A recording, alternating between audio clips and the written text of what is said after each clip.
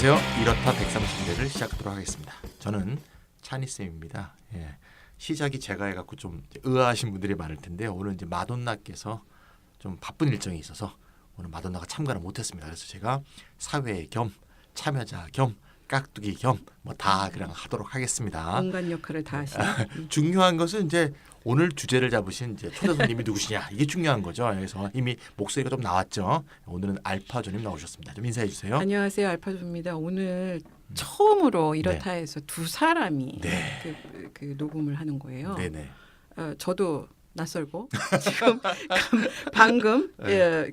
이 방송을 여는 인사말을 하신 찬희쌤도 지금 다들 좀 멋져가고 있는 중인데 어쨌든 잘해봤으면 좋겠습니다. 제가 원래 이렇다 NG를 안 내거든요. 그래서 그 처음에 안녕하세요 하는 걸 NG를 냈어요. 그래서 지금 두 번째 녹음한 게 지금 들어가 있거든요. 그래서 사회자 굉장히 낯서네요. 130회 만에 처음으로 사회를 진짜 했습니다. 낯설어요. 네, 우리 낯섭니다. 마돈나님하고 이렇게 화기애애하게 서로 농담 주고받으면서 이리저렇게 웃으면서 방송을 하다가 이게 뭔가 싶은 생각이 들어요. 사실은 방송 들어가기 전에 20분 동안 떠드는 얘기 그렇죠. 거기서 그러니까 워밍업 다 하고 워밍업 엔진 가동할 때까지 워밍업 시간이 좀 워밍업이 긴데. 좀 짧았어요. 네. 낭낭한 목소리가 나와야 되는데 좀 이렇게 묵직한 목소리가 나와서 죄송합니다. 뭐 저도 목소리가 좀 무거운 편이라서. 네. 어쨌건 오늘 주제는 좀 재밌어야 될 텐데 오늘 어떤 얘기를 한번 나눠볼까요? 주제도 그렇게 뭐 가볍고 신나는 주제는 절대 아닌 것 같고요. 알파조 주제가 신나는 주제는 별로 없죠 사실. 원래 네. 제 성격인가 아니면 얼굴 생김새인가 잘 아닙니다. 모르겠는데 아닙니다. 언제부터죠? 한 몇 달 정도 제가 방송을 할 때마다 주제를 디지털 자본주의, 디지털 전환, 디지털 경제, 이제 이런 플랫폼 자본주의 이제 이런 새로운 주제들을 지금 다루고 있습니다. 오늘도 관련해서 주제를 좀 한번 뽑아봤는데 디지털 전환이 우리 일상에 정말 성큼 다가왔고 일상에서 굉장히 널리 쓰이는 기술로 자리를 잡고 있는데 보급 속도는 엄청 빠른데 그렇죠. 사회 경제적으로 제도가 이걸 제대로 못 따라가고 있다. 그래서 사회 시스템 전체를 지금 재설계해야 된다라는 주장까지 나오고 있는데 실제로 현실의 사회, 사람들, 정치 못 쫓아가고 있다. 이런 얘기를 오늘 이번에 한번 나눠보려고 하고요. 네, 좋습니다. 그게 이제 오늘의 주제인데 먼저 이제 이 우리나라 같은 경우에는 정부가 굉장히 먼저 선도적으로 이 디지털 전환을 빠르게 이끌어 가야 된다라는 이런 책임감을 가지고 의무감을 가지고 일을 굉장히 많이 벌리고 있다. 얘기부터 먼저 해보려고 하는데 미래 먹거리 그런 말 많이 쓰죠. 그렇죠. 늘 했던 얘기인데 미래 먹거리, 신성장 동력을 막 정부가 일부러 먼저 찾아내서 이제 이걸 풀어야 정부 예산을 풀어야 이제 경제가 성장한다. 이제 이런 굉장히 오래된 이런 이 관행들이 있기 때문에 이번에도 마찬가지로 디지털 전환도 정부가 앞장서야 된다 이렇게 생각하는 하고 그런 요구들이 굉장히 많은 거예요. 그러면서 지난 5월 12일이죠. 한 일주일 좀 지났는데 그렇죠. 관련 부처가 당연히 과학기술정보통신부입니다. 이 과기 뭐라고 불러요? 약자를? 과기부인가? 모르겠네요. 이름이 왜 이렇게 긴지 과학기술정보통신부라고도 하고 정통부 과기 정통부라고 할게요. 그러면은 이 정통부가 빅데이터 플랫폼 10개 사업을 선정해서 발표를 했습니다. 맞습니다. 그래서 문재인 정부가 지난해 8월 중순쯤이었었는데 그 혁신 성장론을 이렇게 갑자기 이제 그 깃발을 내세우고 플랫폼 경제를 육성하겠다는 목표를 내걸었어요. 그러면서 플랫폼을 육성해서 혁신 성장을 하겠다라고는 청사진을 발표를 한 적이 있는데 작년 8월이니까 아직 1년도 채 안 됐죠. 그중 첫 번째 전략 투자 분야가 빅데이터, 블록체인, 공유 경제였었어요. 나머지 두 개 분야는 AI와 수소 경제입니다. 다른 건 좀 그럴 듯한데 마지막에 그 수소 경제가 좀 뜬금이 없네요. 수소 경제 좀 뜬금없죠. 저도 그렇게 생각을 하는데, 그러니까 뭐 연결이 잘 안 되네요. 플랫폼, 블록체인, 공유 경제 다 이해가 되는데 갑자기 뜬구름없이 이제 수소 경제가 3대 전략 투자로 들어와 있어요. 플랫폼 전략 투자에. 기술적 측면에서 빅데이터 AI는 모델도 그렇고 다 이렇게 연관이 돼 있는데 사실 수소 경제가 플랫폼 경제 어떻게 연결되는지는 사실 잘 모르겠습니다. 아무도 아마 설명하기 좀 쉽지는 않을 것 같고 그냥 현대 자동차를 지원하기 위해서 끼워넣기 한 것이다. 이렇게 이해하면은 그냥 쓸데없는 질문 던질 필요 없이 모든 궁금증이 간단히 해결되지 않을까 싶어요. 쌈박합니다. 이 언론 보도를 보니까 이 플랫폼 경제 육성을 위해서 문재인 정부가 임기 내에 총 5천억 원의 정부 예산을 투입할 계획이다. 이런 저도 언론 뉴스를 네. 봤는데요. 네. 문재인 정부 출범 때부터 이제 새 정부 경제 정책의 4대 방향 중에 네. 이 혁신 성장이라는 게 원래 있었잖아요. 네. 이게 이제 본격 이제 용트림을 하면서 네. 출범하는 게 아닌가 이런 생각이 드는데요. 원래 집권 초기에는 소득주도 성장론만 그렇죠. 얘기를 했었죠. 네네네. 그러다가 이게 별로 인기가 없다고 하고 정치적으로 항상 밀리니까 네네. 이게 작년 8월에 이제 혁신 성장론이 이제 전면에 부상을 하게 된 것인데 네. 재미있어요. 항상 임기 내라는 게 붙어요. 그러니까 그 이후에 정부가 누가 될지 모르고 이 정부 정책을 계속 가져갈지 모르기 때문에 항상 임기 내, 즉 네. 앞으로 한 3년 정도 남은 거예요. 그 3년 안에 5천억을 쓰겠다 이런 발표를 네. 한 거고 그 구체적으로 세부 내역을 보면은 빅데이터, 인공지능, 블록체인 기반 구축을 하겠다. 이 생태계를 구축하겠다. 여기에 총 1,900억 원. 1,900. 수소 경제 R&D와 생산 수소 자동차 개발하는 거잖아요. 네네. 이 수소 자동차 생산 건축 구축에는 1,100억 원이 지원됩니다. 네네. 사실 이 빅데이터, 인공지능, 블록체인 어마어마한 산업 분야를 총 망라한 어마어마한 사업인데 거기에 들어가는 총 예산이 1,900원이고 900억 원이고 수소 경제 자동차 개발하는데 1,900원, 네. 아니 1,100억 원. 별 차이가 크게 없습니다. 네. 어쨌든 이번에 10개 분야의 플랫폼 지원 사업이 최종 선정이 됐고 그러니까 문재인 정부의 혁신 성장률이 이걸로써 구체적으로 이제 가시화되기 시작했다 이제 이렇게 얘기할 수 있을 것 같아요. 네, 이 빅데이터 플랫폼 10개 분야라고 갖고 얘기했는데요. 10개 분야가 뭔가 이제 보니까 이렇게 되네요. 금융, 환경, 문화미디어, 교통, 헬스케어, 유통물류, 통신.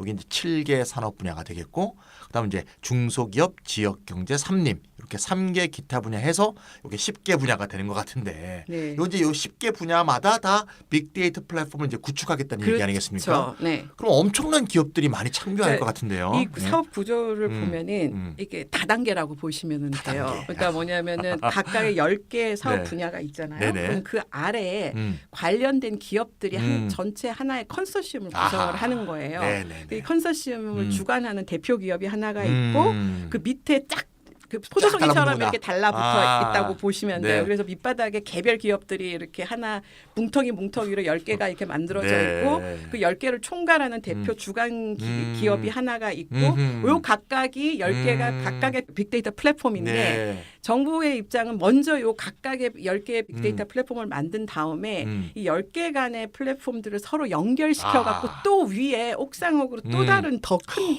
빅데이터를 만드는 이 다단계 구조가 네. 앞으로 점점 그 층수가 올라가게 되는 이런 구조를 가지고 있어. 일단 구조상으로는 국가주도 다단계. 네네 뭐지? 그렇죠. 네. 맞아요. 딱 네. 그게 정확한 것 같아요. 네네네. 국가주도의 다단계 빅데이터 플랫폼 사업. 플랫폼들이 네. 지금 이렇게 벌어지고 있다. 이야. 이렇게 이해를 하시면 될 것 같고 네네. 그 밑바닥에 이렇게 포도송이처럼 10개의 그 빅데이터를 이렇게 구성하고 있는 기업들의 총 개수가 지금 80개예요. 80개. 근데 이번에 1차 사업 최종 선정을 했는데 2차 사업에서 또 하나 20개를 해서 100개 기업을 채우겠다고 얘기를 하고 우리나라 정부 정책은 항상 거기 딱 맞아 떨어져야 돼요. 3대 혹은 4대 그다음에 80개 이거 안 돼요. 숫자가 중요해요. 숫자가 딱 100개 듣는 사람 입장에서 그래서 지금은 총 이제 80개 기업이 참여하고 있는데 네네. 나중에 20개를 또 추가 선정을 해가지고 이제 100개를 맞추겠다 이제 이렇게 생각을 하고 있고 네. 민간 기업하고 공공기관이 서로 막 뒤섞여 같이 섞여 있어요. 그래서 아까 말씀드린 것처럼 이 민간하고 공공기관이 하나의 그 사업 분야에서 예를 들면 네. 금융이면 금융 사업 분야에서 공동으로 컨소시엄을 구성을 해서 그 자기네들이 각각 뭐냐면은 이 개별 기업들이 각각 내부에 데이터 센터를 구축하는 거예요. 그럼 여기서 데이터를 수집을 해가지고 이 수집한 데이터를 이 플랫폼에다가 다 넘겨주는 거죠. 이제 그렇게 해가지고 하나의 빅데이터, 한 분야의 빅데이터가 만들어지는 것인데 네네. 그래서 이 개별 기업들이 수십 개 개별 기업들이 자기 각자 데이터 센터를 건립하는데 비용을 4억씩 주는 거예요. 그걸 다 합치면 그렇게 돼요. 1,900억이 돼. 근데 그렇게 해서 4억씩 주고 데이터 센터를 구축해서 이제 이걸 다 모으는 플랫폼을 만드는데 또 이제 구축 비용을 도 사실은 물리적인 센터 구축하고 이제 데이터를 사업을 할 수 있는 요 물리적 투자를 해주는 그렇군요. 예산 지원을 해주는 거고요. 이제 그걸 데이터를 앞으로 이제 많이 모아가지고 분석해서 새로운 서비스를 발굴해라. 이게 사업의 내용입니다. 그리고 아까도 말씀드린 것처럼 각각의 이렇게 10개의 빅데이터 플랫폼이 만들어지면 이 사이에서도 빅데이터 간에서도 데이터를 서로 거래하고 유통할 수 있도록 하겠다. 이런 얘기예요. 그럼 이제 뭐 10개 분야가 있으면 각 분야마다 이제 대표 사업자는 보통 이제 재벌형 대기업이 딱 들어갈 것 같고 네, 그렇죠. 그 밑에 이제 중소기업의 하청으로 들어가고 연구소도 먹고 살 수 있도록 연구 영역 받는 연구소도 막 쫙 들어가고 그런 식으로 그런 쫙 연결이 되겠네요. 왜냐하면 일단 뭐 빅데이터 플랫폼을 뭐 조그마한 중소기업이 뭐 못하죠. 이렇게 예. 총괄 지휘하거나 이렇게 예. 운영하기는 어렵고 예. 그래서 얼마 전에 문재인 대통령도 그랬어요. 이 혁신 성장에 재벌을 빼놓고 가지 않겠다라는 아하. 얘기를 이제 공식적으로 발표하기도 했었는데 네. 얼마 안 됐어요. 며칠 안 흐뭇해 됐어요. 하셨겠네. 네네. 예를 들어 가지고 네. 통신산업 분야 이게 네. 1등을 했기 때문에 통신. 제가 통신산업 분야를 선정을 소개를 하려고 하는데 다 할 수는 없으니까 10개 너무 네. 많아서 KT 컨소시엄이라고 불려요. 이제 말 KT. 그대로 주관 기관, 저 네. 빅데이터 그 플랫폼의 주관 기관은 KT를 대장이 포함해서 KT고 그렇죠. 나머지 15개 업체가 이제 포도송이처럼 이렇게 붙어 있는 구조입니다. 네네. 그 15개 업체들을 보면은 인터넷진흥원 공공기관이죠. BC카드 네. 카드사가 들어와 있습니다. 오. 소상공인 연합회 그다음에 이거는 뭐 사업하는 데도 아니고 연합 조직이죠. 어메이징 푸드 솔루션 뭔가- 개별 기업입니다. 뭔 관계가 그다음에 있나요? 두잉랩 저도 어. 잘 모르지만 어쨌든 코난 테크놀로지 뭐 이건 테크놀로지 기술업체겠네요. 기술업체고 오픈메이트, 넥스트 이지, 네스트 그 다음에 재밌는 건 뭐냐면 연세대, 고려대, 경기대, 이화여대, 충북대 이렇게 5개 대학이 참여를 하고 있어요. 그래서 파트너 기관, 네. 그러니까 주관 기관 KT가 있고 파트너로 참여하는 컨소시엄에 파트너로 참여하는 기관 숫자만으로 보면은 이 열대 사업 중에서 가장 최대의 컨소시엄이라고 볼 수가 있습니다. 그렇다고 돈을 많이 주는 거는 아니지만 어쨌든 참여 기관 수는 제일 많아요. 뭔가 통실이 최대 먹거리다 이런 식의 의사가 반영이 되는 그 것이 사업 있겠네요. 내용을 보면은 유통 인구, 상권, 관광, 카드 소비 이거 뭐 지금 참여하는 기관들이 다 보내주는 데이터의 종류를 그렇죠. 나열을 하고 있는 거죠. 그 다음에 교통카드 정보, SNS 등의 데이터를 융합해서 상권 분석하는 서비스하고 생활 인구 분석 서비스를 제공할 것이다 이렇게 얘기를 하고 있는데. 그래서 푸드가 들어가 있구나. 예. 뭐 그럴 수도 있어요. 네. 그런데 어쨌든 KT 빅데이터 플랫폼이 네. 이런 재료를 모아서 어떻게 수익 모델을 만들어낼 수 있을지 이건 네. 아직은 좀 불분명한 것 같아요. 제가 수익 봤을 모델은 때는. 국가가 주는 거죠. 국가가 돈을 쏴주지 않습니까? 아니 근데 일단 뭐 이제 그 빅데이터를 네. 한번 모아서 분석해서 뭔가 이 서비스를 개발을 해봐야 해봐라. 뭐 이제 되는데. 이런 건데 이걸 어떻게 돈을 벌 수 있을지는 아직 아무도 모르는 퀘스천 마크다. 그러네요. 근데 어쨌든 뭐 아까 얘기했던 10개 많은 네. 분야죠. 빅데이터 플랫폼들이 우리나라에서도 이제 대거 등장할 것으로 보입니다. 어떤 쓸모가 있을지 는 예, 모르겠지만. 정부가 정말 어마어마한 이제 계획을 세우는 것 같은데 우리가 이제 이렇다 방송에서 많이 다뤘죠. 이 빅데이터 플랫폼 육성을 좀 보니까 사실 소득 주도 성장 우리가 뭐 요새는 소주성 많이 그러더라고요. 나 처음에 소주 얘기하는 줄 알았어요. 요새 이제 줄여갖고 소주성 그러더라고요. 소주성하고 이제 사실 조용히 결별하고. 그렇죠. 사실 이게 처음 시작은 굉장히 떠들썩했는데. 그럼요. 뭐 예, 대단하게 시작했죠. 결별 아주 조용히 상당히 문재인 정부 지난 2년 동안 이거로 고생을 많이 했죠. 그래서 그걸 조용히 결별하고 혁신 성장으로 표현되는 이제 전통적인 성장 전략으로 이게 돌아간 것 같은 그런 느낌이 확실히 들고요. 뭐 우리 잘 알다시피 뭐 혁신 성장은 박근혜 시대 때의 창조 경제하고 이름만 다르지. 뭐 똑같은 내용이고요. 뭐 이렇다 해서 자주 언급했지만 이제 소득주도 성장은 2013년에 ILO에서 국제노동기구에서 라부아라는 학자하고 스톡함머라는 학자가 제시했던 그 웨이지 레드 그로스 임금 주도 성장을 한국에 이제 그렇죠. 적용한 거잖아요. 그렇죠. 사실 이론사적으로 보면 이제 케인스까지 가긴 하지만 구체적인 임금 주도 성장 이론은 생긴 지가 몇 년 안 된 사실 신이론 아니에요. 신이론. 예. 그런 면에서 상당히 좀 선구자적인 어떤 적용이다 이래갖고 이게 굉장히 주목을 받았던 것 같아요. 굉장히 새로운 예. 내용이었던 것은 네네네. 사실이에요. 네. 그래서 이 소주성이라고 소주성. 말씀하셨는데 예. 지금 아마 네. 문재인 정부는 그 소주성 얘기만 들어도 아마 기분이 아. 굉장히 좋지 않을 것 같긴 한데 네네네. 집권 초기에 문재인 정부가 네. 촛불혁명 승리의 계승자라고 내세운 야심작이었죠. 네네네. 솔직히 네네. 이게 완전히 새로운 거였었기 그렇죠. 때문에. 그러니까 소득주도 성장론은 성장 정리와 전략의 관점에서는 우리나라뿐만 아니라 전 세계적으로도 봤을 때 사실 아무도 가지 않는 길을 제시했다. 맞아요. 하나의 그냥 아이디어였었어요. 예. 아무도 지금까지, 가지 않은. 예, 아무도 가지 않은 길이었다. 예. 이걸 제시하고 정권을 잡은 거예요. 음. 그런 면에서 굉장히 혁신적이었던 거죠.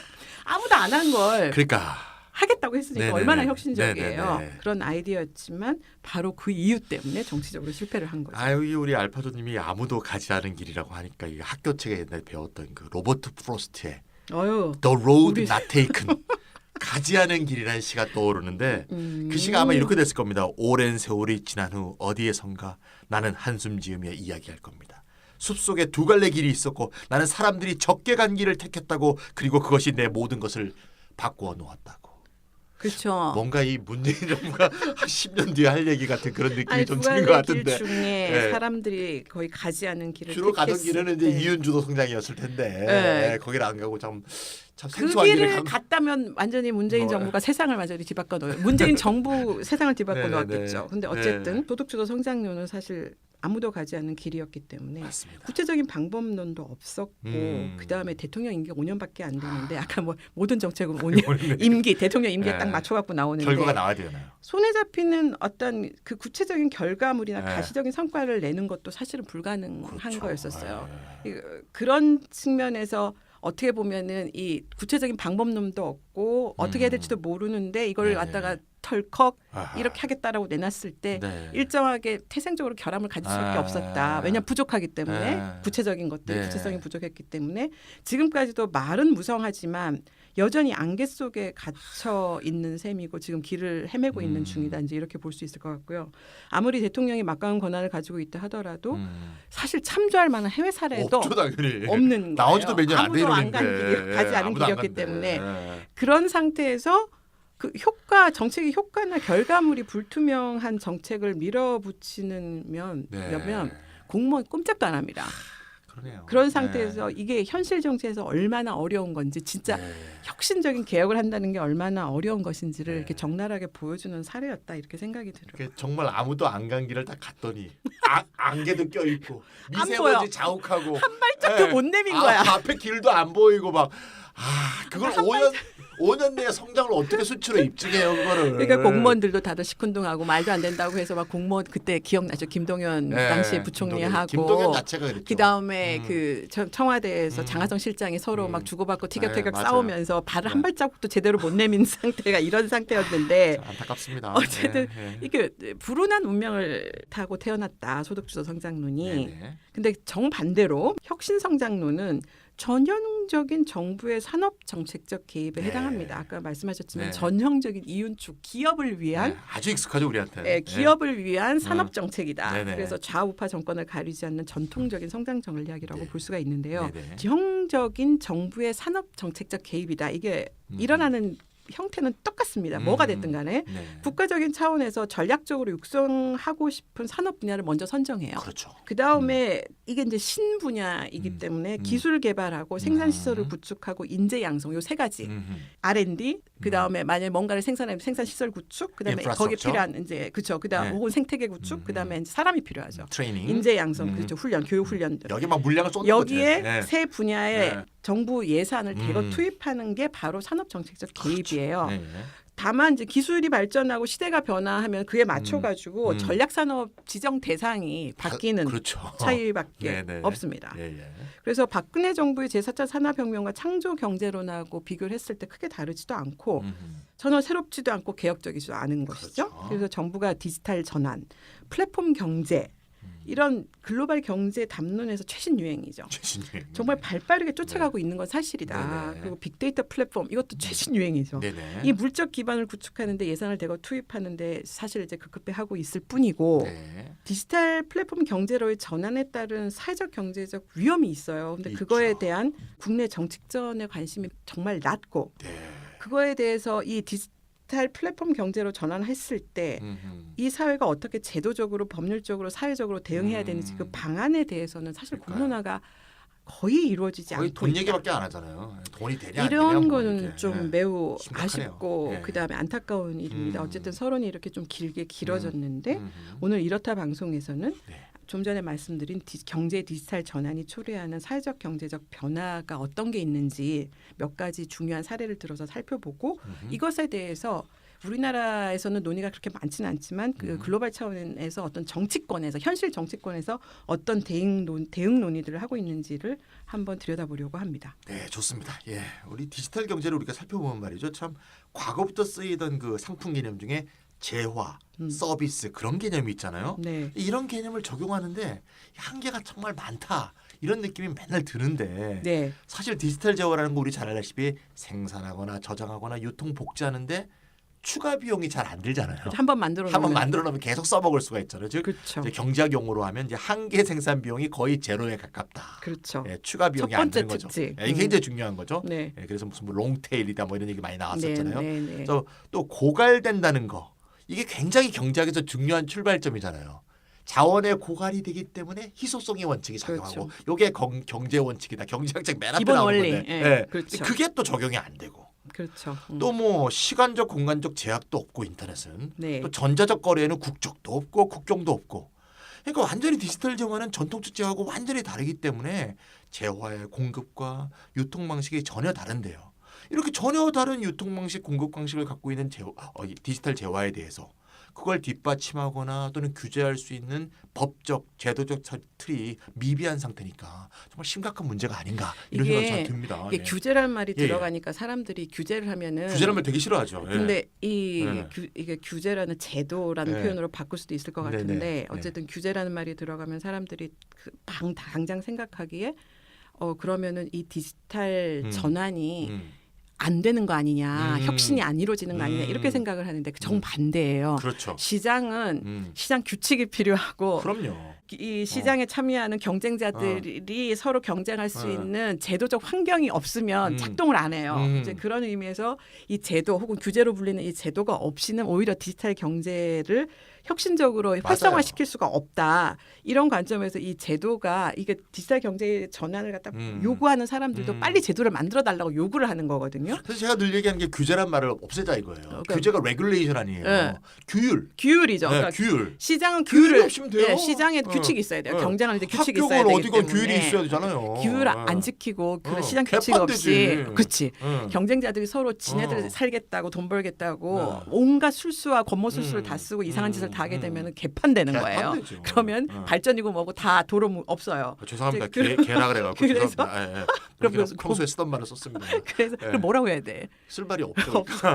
엉망지구장 되는 거예요. 엉망지구장이 되는 예, 예. 상황이어서 네. 성장이고 발전이고 혁신이고 오히려 거기 방해가 된다. 이제 음. 그런 면에서 이 디지털 전환이 일어나면 그 찬성하든 반대하든 우리는 그에 그렇죠. 적합한 제도가 필요한 거예요. 맞습니다. 이런데 이제 말씀하신 이런 디지털에서만 이 영역에서 일어나고 있는 모든 경제 활동이라는 게 특이한 점이 아까 특이한 점을 쭉 말씀을 하셨는데 네네. 이게 가장 모든 제도를 만드는 데 있어서의 가장 큰 문제이고 문제의 출발점이 되는 게 뭐냐면 산업 분류표라는 게 있어요. 그렇죠, 그렇죠. 산업 분류표상에 특정한 카테고리로 분류가 안 돼요. 아, 그렇겠네요. 그게 없겠죠. 모든 네. 뭐 우리나라든 전 세계적으로든 네. 모든 제도, 경제랑 관련된 모든 제도 정책은 이 산업 분류표상의 산업에 대한 구분하고 상품에 그렇죠. 대한 구분이 네. 전제가 됩니다. 네. 어디에다가 이 뭔가를 정의를 그러니까. 해줘야 돼요. 아니, 정의. 그러니까 어떤 우리가 뭐 회사 등록할 때도 회사의 종목, 그렇죠. 업태 이게 있어야 그다음에 되잖아요. 예. 행정구역 뭐 이런 것들이 다 필요한 거예요. 네네네.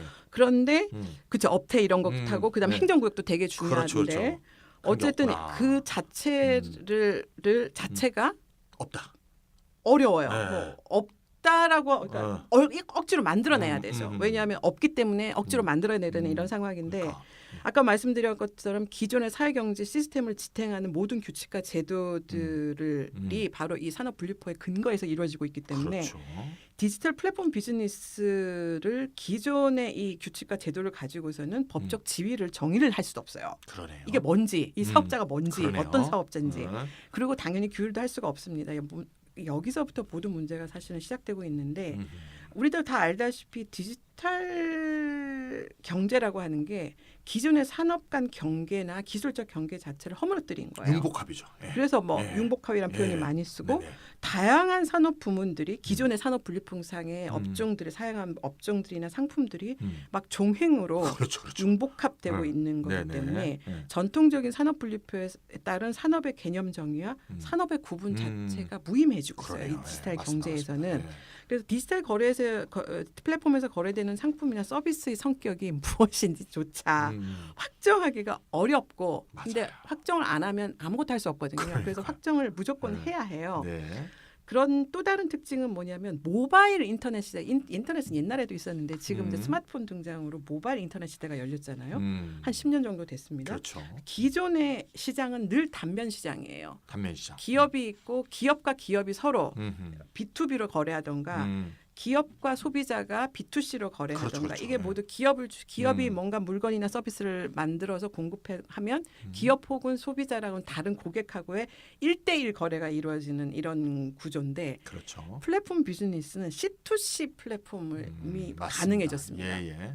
그래서 소비자를 서로 연결시켜주는 음. 플랫폼 비즈니스가 가능해진 거예요. 그렇죠. 이 수십 명의 이 소비자들을 서로 연결시킬 수가 있는 기술이 가능해졌기 때문에 이 플랫폼 비즈니스가 등장을 한 것이거든요.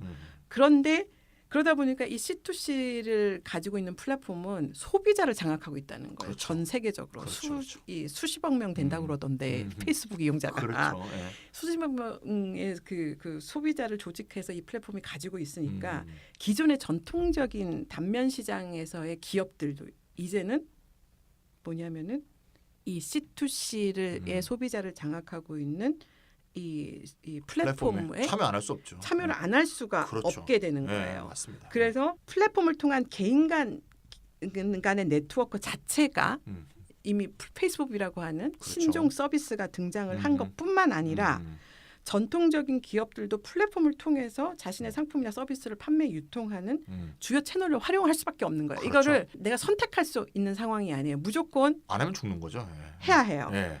그러면서 뭐 소비자도 참여하고 전통적인 기업들이 공급자로서 여기 제조업자들이 공급자로서도 이 플랫폼에 타는 이런 양면 다면 시장이 이제 출현을 한 것이거든요. 네네. 이런 거는 과거에 전혀 없던 새로운 비즈니스 모델인 것이고 이런 새로운 서비스의 등장이 초래한 과거에 없었기 때문에 변화는 매우 파괴적입니다. 네, 지금 이제 알파존이 파괴적이란 말을 쓰셨는데요. 제가 이제 이 느낌이 이제 갑자기 좀 팍 오는데 며칠 전에 매우 이제 불행한 일이 있었죠. 네, 택시 기사 한 분이 네. 타다 아웃을 외치시면서 이제 분신 자살하셨잖아요. 저도 좀 전에 요 관련된 기사를 한번 읽어보고 왔었는데 굉장히 슬픈 일이죠. 우연인데 네, 어쨌든 타다야말로 지금 알파존님이 얘기하신 대표적인 C2C 플랫폼 아닙니까? 네네. 네, 그래서 타다 아웃이란 구호가 우리가 뭐 이론적으로는 뭐 러다이트다 뭐 이렇게 얘기할 수 있을지 모르겠지만 실제로 이런 새로운 디지털 기술에 직격탄을 맞는 이 경우는 이제 택시 기사의 경우죠. 네. 직격탄을 맞은 사람 입장에서는 진짜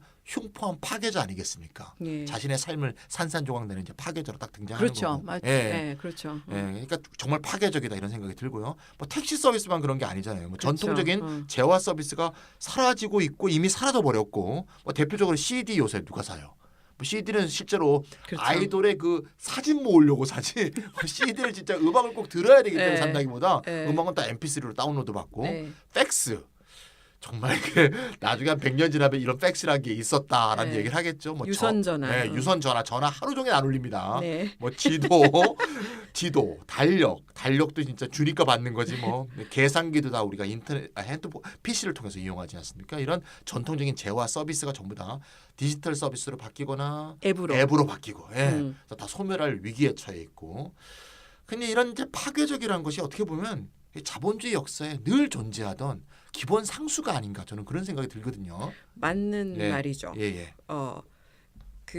그런 파괴는 슌페터가 얘기한 굉장히 유명한 네. 말. 네. 파괴적 혁신. 맞습니다. 창조적 파괴. 네. 슌페터는 창조적 파괴라고 했어요. 맞습니다. 창조적 맞습니다. 파괴라고 네, 했어요. 슌페터. 예. 그 다음에 클레이턴 이름이 뭐더라? 이 파괴적 혁신은 다른 사람이어서 네. 크리스텐슨이라는 사람이에요. 와 기억력이 대단합니다. 네. 슌페터가 창조적 혁신, 창조적 파괴를 얘기하고 난 다음에 네. 그걸 받아들여 가지고 파괴적 혁신이라는 용어를 또 다시 이렇게 유행을 시킨 사람이 크리스텐슨. 크리스텐슨인데 네. 이런 과정 자체가 파괴적 혁신이나 창조적 파괴 이렇게 부를 수 있는 거잖아요. 자본주의 발전 과정에서 사실은 늘 있어왔던 있다. 익숙한 네. 현상이고 그게 바로 자본주의 혁신적 생명력을 보여주는 사실 그렇죠. 그 힘이기도 한데 맞습니다. 예.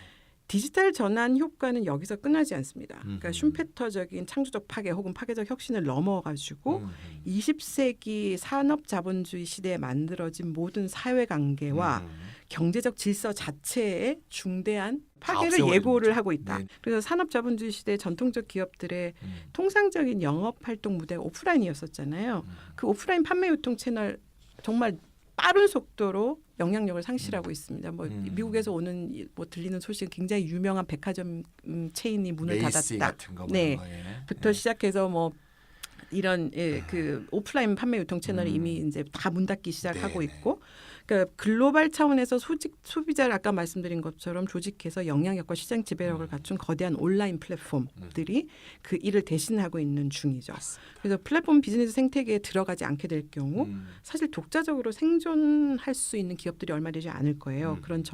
그런 상황이 지금 내몰리고 있는 중이고, 그러다 보니까 플랫폼 비즈니스 생태계에 이 일반적인 기업들이 종속적인 구성물이 되는 거예요. 종속적인 구성 요소가 될 가능성이 지금 높아지고 있습니다. 따라서 시장의 권력 관계나 위계 질서 자체도 지금 바뀔 수밖에 없는 상황이고, 보통 사람들의 생계를 유지하는 유일한 수단이 사실 임금 노동인데 그것도 점점 설자를 잃어가고 있죠.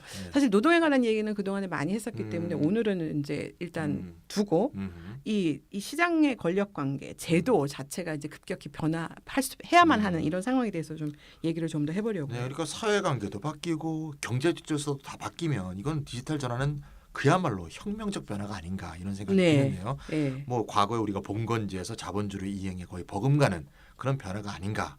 그래서 우리가 지금 포스트 캐피탈리즘 얘기를 많이 하는 것 같고요. 그렇죠. 근데 이제 사회제도는 아까 말씀했지만 못 따라가고 있잖아요. 네. 이제 사회에서 보통 지체 현상이라고 하는데 네. 못 따라가고 있고.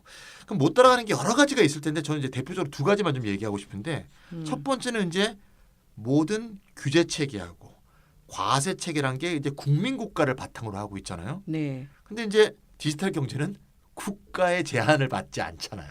국경도 의미가 없죠. 국경도 의미가 없죠. 그러니까 기존의 과세 체계 자체가 디지털 경제는 제대로 작동하지 않는다. 네. 이게 제일 큰 문제인 것 같고 뭐 알파존님은 안 하시지만 저는 아주 페이스북을 많이 하는데 페이스북이 사실 뭐 최근 몇 년 동안 뭐 인스타도 인수하고 네. 우리나라 카톡 같은 세계적인 카톡에 있는 왓츠앱도 인수하고 외국 우리나라 바깥에 나가면 그렇죠. 전부 왓츠앱 써요. 외계 여행하면 또 왓츠앱이 있니 그러면서 그러잖아요. 네. 그러니까 이제 전 세계 SNS 시장에서 완전히 독점적 지위하고 영향력을 확보하게 되었는데 네. 그럼 사실 세계적인 독점 아니에요. 그렇죠. 그런데도 SNS 시장에서는 그렇죠. 그런데도 현행의 반독점법으로 규제할 방법이 없잖아요. 왜냐하면 지금까지의 독점은 경쟁 제한적 시장 점유율이라든가 뭐 가격 통제력이라든가 이런 기준으로 독점을 판단해 왔잖아요. 근데 뭐 잘 아시다시피 페이스북은 양면 시장이잖아요. 네. 왜 한쪽에는 무료 시장의 사용자들이 있고 네. 한쪽은 돈을 내는 광고 시장이 따로 그렇죠. 존재하고 네. 이 두 개 시장이 서로 교차 크로스해 갖고 서로 네트워크 외부성을 만들어내는 그렇죠. 이게 핵심이죠. 많이 네. 얘기했잖아요. 양면 시장의 핵심이죠. 네, 그러니까 네. 각각의 시장에서 다 독점적 행동을 하고 있다고 볼 수가 없는 전혀 없어요. 없는 네. 그런 상황이 네. 되는 거잖아요. 네.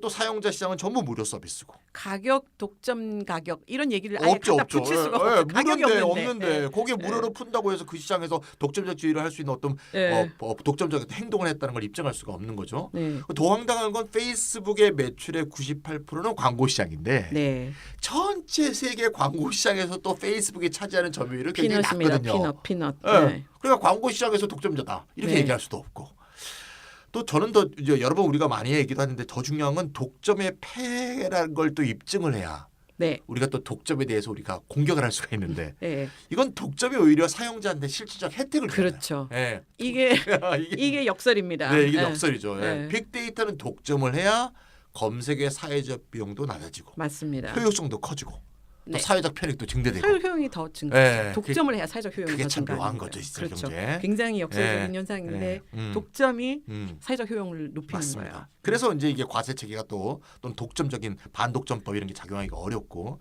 또 두 번째 이제 좀 전에 얘기했던 이제 조세제도가 이제 문제가 많지 않습니까? 네. 현행 법인세제는 이제 물리적 사업장이 있어야 되고 네. 물리적 사업장이 있는 곳에 법인세를 부과하게 돼 있잖아요. 네. 근데 이제 디지털 사업장은 물리적 사업장이 없어요. 없잖아요. 네. 네. 한 곳에만 있으면 되죠. 어딘가에. 네. 네, 그러니까 물리적 사업장을 각 나라에 만들 필요가 없는 거고 물리적 사업장이 없다는 것 자체가 법인세를 부과할 수 있는 기업의 실체가 없다라는 네. 것이 되니까 과거의 법인세 제도 자체가 현재의 실정에 안 맞는 거죠. 완전 무력화되죠. 네, 무력화돼 버린 거죠. 그러니까 사실 법인세를 안 내는 게 뭔가 부도덕한 게 아니라 당연한 거예요. 네, 어떻게 당연한 보면. 합법적 행동이 돼 있는 네. 왜냐하면 제도가 못 따라가고 있으니까 네, 네. 이런 문제가 있는 거고 네. 우리가 전에 한 몇십 회 전에 했지만 2017년에도 한국에서 네이버하고 구글이 싸웠잖아요. 예. 네이버는 4천억 원 세금을 내는데 맞아요. 구글은 하나도 안 내니까 네. 이거 뭐냐 그래갖고 이혜진이 나와갖고 국회에서 막 분통을 터뜨리고 그렇죠. 뭐 그랬잖아요. 역차별이다. 예, 역차별이다. 네. 그러니까 공개라 막 난리. 예. 그러니까 구글은 해외 서버가 있고 물리적 사업장이 거기 있는 거죠 말하자면. 네, 그렇죠. 그러니까 한국에는 물리적 사업장이 없으니까 법인세를 안 내고 네, 비슷한 사업을 하는 네이버는 물리적 사업장이 한국에 있다는 이유만으로 법인세를 내니까 이거 역차별 아니냐 네. 이런 말이 나오게 되고 네, 그러니까 이제 뭐 구글 같은 애들은 뭐 서버를 당연히 법인세율이 가장 낮은 나라에 두죠. 그렇죠. 네, 싱가포르에 있어요. 싱가포르에 있고 그 싱가포르 또 어디로 가냐면요. 페이스북. 구글은 아일랜드로 가요. 네, 네, 그래서 그렇죠, 네, 그렇죠. 구글 그래서 세금을 거의 안 떼죠. 구글 코리아는 아일랜드로 가고 페이스북 코리아는 아이슬란드로 가요. 그러니까 이제 유럽에서도 가장 법인세가 낮은 곳에다가 서버를 두고 그런 식으로 조세 회피하는 방법을 쓰니까 이거야말로 진짜 디지털 경제의 어떤 실체적인 변화를 네, 제도가 전혀 못 따라가는 그렇죠. 대표적으로 보여주는 사례가 아닌가 하는 생각이 들어요. 뭐 페이스북이 국내에다 사업장을 왜 만듭니까? 왜 그냥 만들겠어요? 인터넷이라고 하는 네. 그 국경도 없는 이 무한한 맞습니다. 공간에서 바로 한국에 있는 소비자 세상 어디에 있든 간에 한국에 있는 소비자를 직접 만나서 거래를 할 수가 있는데 네. 뭐하러 뭐 굳이 세금을 내는 사업장을 그러니까요. 한국에 만들어야 되겠습니까? 네네. 이런 디지털 비즈니스의 성격 자체가 특성 자체가 고정 사업장을 굳이 필요로 하지 않기 때문에 맞습니다. 기존의 그 고정 사업장 유무로 법인세를 매겨왔던 이 기본 원리 자체가 이제 완전히 무력화될 수밖에 없는 이 말씀을 하셨는데 네. 황당무계한 일이 벌어진 거죠. 네네. 이제 그러다 보니까 돈은 수억으로 광고 시장에 돈을 막 끌어모으고 있지만 세금을 한 푼도 안 내는 이제 이런 일들이 벌어지고 있으면서 많은 사람들이 공분을 하지만 또 페이스북이 없는 세상도 상상하기 어렵잖아요. 그러니까 욕도 안 먹어요. 네네. 근데 지금 지적하신 이런 조세제도 조세 체계가 가지고 있는 이 근본적인 이 맹점이죠. 그것보다 훨씬 더 많은 문제들이 있습니다. 아까 찬희 쌤이 양면 시장을 말씀하셨는데 네네. 지금까지 모든 법률이나 규제는 단면 시장을 대상으로 그렇죠. 만들어져 있어요. 네네. 그래서 한 국가 내에서도 이게 뭐 국가 간의 국제적인 거래뿐만 아니라 한 국가 내에서도 전통적인 제조업이나 서비스의 단면 시장을 대상으로 만들어진 법률과 규제를 양면 시장, 다면 시장이죠. 플랫폼 비즈니스는 네네. 이 디지털 플랫폼 경제에 적용할 수가 없는 근본적인 문제가 또 있습니다. 간단한 사례로 말씀을 드리면 우버라는 택시 C2C 플랫폼이잖아요. 그렇죠. 근데 기존의 택시 사업에 대한 법률적 정의와 관련 규제를 완전히 맞지 않죠. 무력화 네. 되죠 여기에서. 네네네. 왜냐하면 얘네를 택시라고 부를 수도 없어요. 택시 사업자 자체가 없는데요, 뭐. 왜냐하면 네. 기존의 산업 분류표상에서 의 상품 구분에서 보면 또 다른 예로 이 스마트워치라는 거 있잖아요. 네, 스마트워치. 저 여기 있잖아요. 네, 이 네. 계시네. 네. 근데 이 네. 산업 분류표상의 상품 구분에서 이걸 무선 통신기기로 볼 것인지 아하. 아니면 이걸 시계로 볼 것인지 아하. 이걸 놓고 국제 분쟁이 일어나기도 했었습니다. 분쟁이 일어날 만하네요. 예. 왜냐하면 예. 그 스마트워치를 어떤 상품으로 분류하느냐에 따라서 부과되는 관세율이 달라지거든요. 그렇죠, 그렇죠. 그래서 수입국의 입장에서는 네. 관세를 거두고 싶으면 관세율이 높은 걸. 그렇죠. 관세율이 좋고. 높은 쪽으로 이 또 무선 통신기기는 관세율이 굉장히 낮아요. 낮죠. 시계는 네. 높아. 네. 그러니까 수입국의 입장에서 이걸 시계로 산업 분류를 하는 거고 네. 수출국 입장에서는 이게 삼성이 갤럭시 이게 처음 만들어 가지고 이게 저기 분쟁 붙은 거였었거든요. 그러니까 삼성 입장에서는 당연히 무선 통신기기로 해가지고 그 관세 없이 수출하고 싶은 거죠. 이제 그러다 보니까 이 각 나라마다 이 산업을 분류하는 똑같은 산업 스마트워치를 놓고 이거다 서로 싸움을 벌인 겁니다. 갤럭시가 이겼어요. 삼성이 이겨가지고 이걸 이제 국제적인 차원에서 그러면 스마트워치는 무선 통신기기로 본다라고 하는 합의를 어쨌든 일단 합의가 만들어졌습니다. 그 다음에 스마트 TV라는 게 있어요. 스마트 TV. 야, 앞에 스마트자가 다 붙죠. 원래 네네. 디지털에는. 네네. 그러니까 방송 사업하고 통신 산업이 융합된 것이에요. 그렇죠, 그렇죠. 외형은 TV인데 그래서 우리가 기존 산업 분류표상으로 방송 사업자라고 봐야 돼요. 볼 수 있어요. 그런데 문제는 전통적인 방송 사업자 있잖아요. TV 이런 방송 사업자들하고 그래서 경쟁 관계에 있기도 해요. 그런데 방송법상의 방송 사업자 요건을 충족하지 않기 때문에 이걸 방송 사업자로 볼 수가 없어요. 그렇죠. 그러면서 통신업으로 지금 일단 임시적으로 통신업으로 분류를 해서 취급을 하고 있는데 그 때문에 발생하는 문제가 뭐냐면은 방송 사업자에게 적용되는 소유 규제도 있고 편성 규제도 있고 그렇죠. 경쟁 규제도 있고 어떤 내용에 대한 콘텐츠에 대한 규제도 다 있어요. 방송 사업자들은. 그런데 이 스마트 TV에는 그걸 적용할 수가 없는 거예요. 그러네요. 그러다 보니까 방송 사업자하고의 규제 형평성 문제가 지금 발생하고 있죠. 맞습니다. 옛날에 IPTV가 나왔을 때 이걸 뭘로 볼 것이냐를 가지고 막 논쟁하다가 맞아요. 네. 법을 IPTV법을 새로 만들었어요. 맞아요. 그런데 지금 스마트 TV는 또 비슷한 문제가 발생을 그렇죠. 한 거고 네. 그것 때문에 지금 또 다시 이걸 논란이 되고 있는 네. 중입니다. 조그만 셋톱 박스 하나 달면 스마트 TV가 작동을 하는 네. 건데 참 문제죠. 복잡하죠.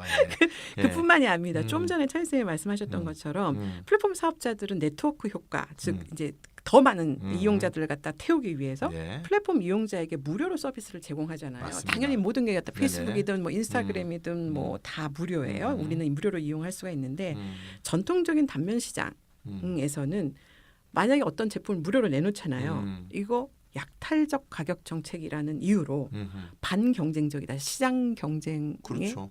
경쟁자를 죽여버리고 나중에 비싸게 받으려는 거 아니냐. 그렇죠. 그런데 그러니까 반경쟁적인 네. 행위로 얘는 비싸게 받을 일이 때문에 없어. 영원히. 기존의 경쟁법에서는 금지를 하고 있는 정책입니다. 무료로 물건을 파는 거를. 네. 근데 양면 시장에서는 플랫폼 사업자의 정당한 수익 극대화 전략이라는 이유로 정당화되고 인정이 되고 있는 거죠. 그렇죠. 이게 한마디로 논하는 장사인데 플랫폼 기업의 덩치는 어마어마하게 커졌는데 시장 경쟁에서의 규제는 적용을 받지 않는.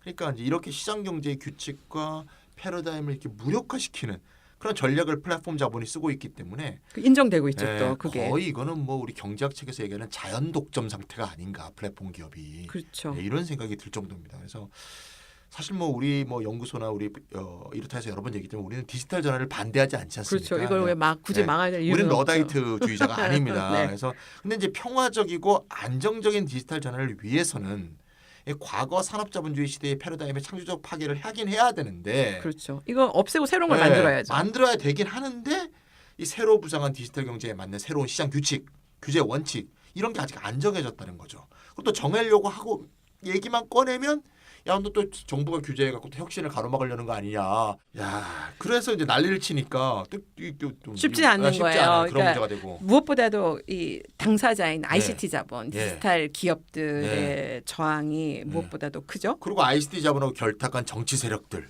또 언론, 경제신문들 이런 애들이 비호하죠. 그래서 규제를 풀지 않으면 우리가 국제 경쟁에서 30년 뒤져. 개인정보 다 풀어라. 보호법 다 풀어라. 미래 먹거리를 우리가 만들어야 되는데 나중에 굶어 죽을 것 같아. 난미가 될 거야. 뭐 이러면서 뭐 네. 그래서 근데 이제 EU는 이에 대한 대책이 필요하다고 가장 먼저 느끼고 행동하고 있는 그런 면이 보이는 것 같은데요. 네. 그거에 대한 좀 소개를 좀 되게 해주시죠. 재미있는 현상인데요. 네네. 지금 전 세계적으로 이게 ICT 디지털 전환에 대해서 사회적으로 새로운 제도 규제가 필요하다는 학계에서는 뭐 논의들이 굉장히 많은데 정치권이 반응한 경우는 별로 없어요. 네네. 그런데 EU가 굉장히 EU로 빠르게 반응하죠. 움직인다. 네. 그 EU의 아젠다를 보면 현실 정치권에서 논의가 네네. 이루어지고 있는 게 크게 두 가지의 아젠다가 있는데 첫 번째는 소위 말하는 디지털세. 네. 그 우리나라에서는 구글세라고도 불립니다. 근데 그 이슈가 있고 세금 네. 이슈가 있고 네네. 두 번째는 개인정보 보호제도 좀 전에 아하. 말씀드린 것처럼 그 두 가지 이슈를 이제 유럽이 가장 먼저 네. 치고 나왔어요. 네네. 유럽의 입장에서는 20세기 산업자본주의 시대에 맞추어진 시장 규칙과 제도가 무의미해진 상황에서 그 경제 디지털 전환에 대비하는 새로운 시장 규칙과 제도가 필요하다는 문제의식 당연히 가지고 있고 이걸 유럽에서 가장 먼저 제기했고 네. 정치권도 빠르게 가장 대응책을 빠르게 움직이는 것도 유럽인 거예요. 근데 왜 미국은 안 하고 유럽만 그러고 이유가 있을까요? 굉장히 네. 간단합니다. 네네. 왜냐하면 유럽을 포함해서 글로벌 차원에서 거대 공룡 디지털 ICT 기업은 다 뭐냐? 유럽 기업 하나도 없어요. 미국 기업밖에 없어요. 그러네요. 예. 예. 디지털 경제를 그렇구나. 네. 선도하고 있는 네. 프론티어 기업들. 네. 그 다음에 글로벌 차원에서 사실상 거의 독점적인 지위를 가지고 있는 주도권을 장악하고 있는 이 4대 기업 있잖아요. 우리가 가파라고 부르는 거. 가파. 빅4. 가파. 네. 예. 그럼 가파면 G니까 구글, 네. 애플, 페이스북, 네. 아마존 이렇게 돼 있네요. 맞아요. 예. 그래서 가파라는 네. 줄임말로 이게 시가 총액 1, 2, 3, 4위잖아요. 그래서 이니셜만 따가지고 우리가 가파라고 불러요. 빅4. 가파. 뭔가 뭐 가파더 같은 느낌을 주는데 약간. 예. 약간 그 느낌이네. 예, 그런 느낌 주네요. 예. 그래서 유럽의 규제 논의는 이 가파로 대표되는 미국 기업들을 견제하겠다라는 그 생각이 그 배후에 깔려 있습니다. 보호주의군요, 보호주의. 그렇죠. 예, 예. 그래서 디지털 전환이 빠르게 일어나고 있는데 이 시장 전체를 전부 미국 기업한테 내줄 수는 없는 거 아니냐. 그래서 유럽 차원에서 유럽의 ICT 기업을 육성해서 유럽 경제 디지털 전환을 이끌어 가도록 하겠다라는 그런 의지가 담겨 있다고 보시면 되고 네네. 한편에서는 그래서 EU 차원에서 디지털 아젠다 for 유럽이라고 하는 이걸 추진을 하고 있어요. 네. 유럽 전체가. 네. 그다음에 이건 유럽 전체의 프로젝트고 영국, 독일, 프랑스들 개별 회원국들 차원에서도 개별 국가들이 디지털 경제 전략을 지금 채택을 해서 정부 차원에서 대대적인 이제 아까 얘기했던 산업 정책적 네네. 그런 지원에 나서고 있고 다른 한편에서는 일명 구글세로 불리는 디지털 서비스세라고 불립니다. 네네. 이를 도입을 하고 개인정보 보호 규정을 유럽 차원에서 채택을 해가지고 역의 기업에 대한 보호주의 견제에 지금 본격적으로 나서고 있는 중입니다. 예, 뭐 디지털세 이렇게 얘기하는 건 정말 뭐 사실 이해가 되는 게 디지털 다국적 기업이 너무 세금을 안 내잖아요. 그러니까요. 다 회피하잖아요. 아까 우리 네. 아일랜드, 아이슬란드 얘기도 했지만 네네네. 저희 이렇다 해서도 이제 그렇죠. 120회 꼭 때 한번 다시 한번 들어보세요. 네, 120회에서 디지털 경제의 불평등 심화 기제들 1편에서 이제 우리가 삐딱이님하고 같이 한번 다뤘는데 삐딱 예. 거기 이제 디지털 경제가 세금을 회피하는 방법 네 가지가 나와요. 첫 번째가 우리가 아까 얘기했던 고정 사업장을 회피하는 방법. 그게 제일 중요하죠. 네, 두 번째는 과세 관할국 여러 나라들 사이에서 이익을 쪽쪽쪽쪽 나눠 갖고 이거는 편법. 세금을 절약하는 거. 또는 세 번째는 이제 과세 표준액을 줄이기 위해서 공제액을 최대화하는 네, 그런 방법 쓰는 이거는 방법. 뭐 누구나 다 누구나 하는 거고. 거죠. 뭐 절세 기본 방법이고 네 번째는 국가하고 특별한 조세 협약을 이건 맺어서 뭐 기업들이 직접 어떻게 할 수 있는 건 아닙니다. 뭐 할 때 뭐 특별 혜택들을 드린 데만 가서 이제 거기다 이제 해갖고 이렇게 하는 이거 뭐 건데 국가 간에 이제, 알아서 네, 할 일이니까 근데 기업 자체가 할 수 있는 일은 아니고. 네. 좀 더 이거 좀 알고 싶으신 분은 이제 120회를 좀 다시 들으시면 좋지 않을까 하는 네, 생각이 저도 들고요. 적극 권합니다. 네. 네, 그러니까 아까 우리가 이제 법인세제 문제도 얘기했는데 이제 현행 법인세제 하에서는 국내 사업자나 소비자와 직거래하여 해외 기업이 벌어들이는 소득에 대해서는 소비지 국가가 과세권을 행사할 수 없는 없죠. 상태고요. 네, 네. 네. 그 때문에 이제 대부분의 국가가 이제 걷긴 걷어야 되는데